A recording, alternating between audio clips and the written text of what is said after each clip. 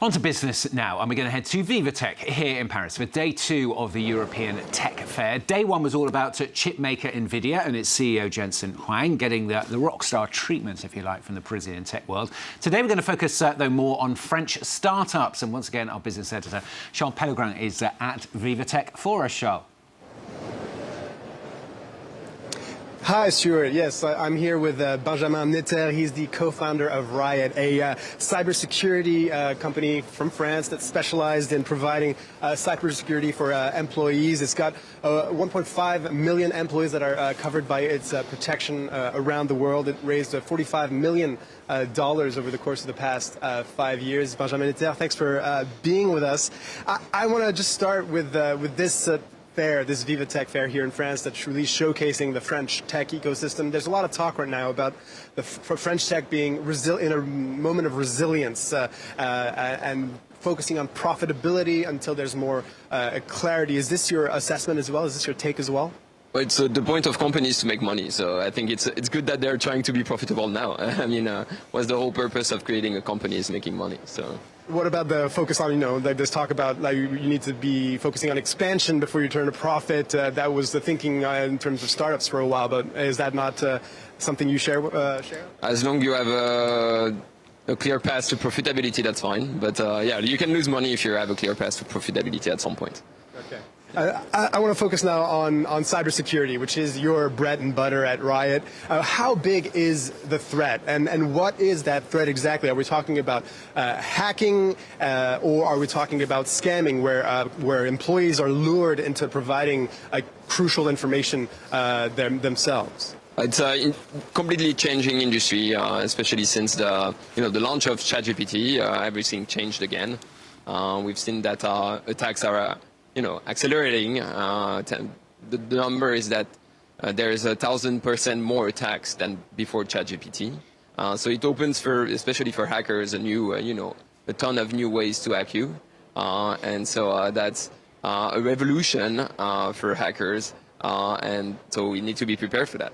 What's the most ingenious way you've seen hackers manage to use AI to hack? Well, I suggest that you try, on ChatGPT, enter who is plus your email address, and you'll see that it's now very easy to get all the infos that are on the web on you, which is usually what we call the OSINT phase, the open source intelligence phase, that precedes any attacks. And now it's like super easy to do. It used to take like hours of work, manual work for hackers. And now you can do it in just a few seconds. And so it opens up to a ton of more sophisticated attacks that would target you and your, your colleagues and your connections. And similarly, like how does Riot use artificial intelligence to offer cyber protection? So we're on the, training the employees, and how do you better train the employees? You adapt the content on the employee, and that's also where it's completely new, because you can adapt dynamically the content based on the context of the company, based on the context of the employee, which makes it resonate a lot more than, the typical training would be a video training, which is one size fits all, and doesn't work as well. And so what's in the future for Riot? Where do you see the avenues for growth and innovation? Well, as you said, we're currently covering more than 1 million employees against cyber attacks. Our goal is to cover 10 million employees in the next 3 years. And so that's what we're working on. You started in 2020 in the height of the pandemic, and you were part of the Y Combinator startup accelerator in the United States. So you have that experience of starting in the United States and then coming to France to completely grow your company. What's that experience been like, and how do you compare those two environments? Well, the ambitions are very different. In the US, they have much bigger ambitions. So I think we kept that when we moved back to France. And so I think that's something that's very important.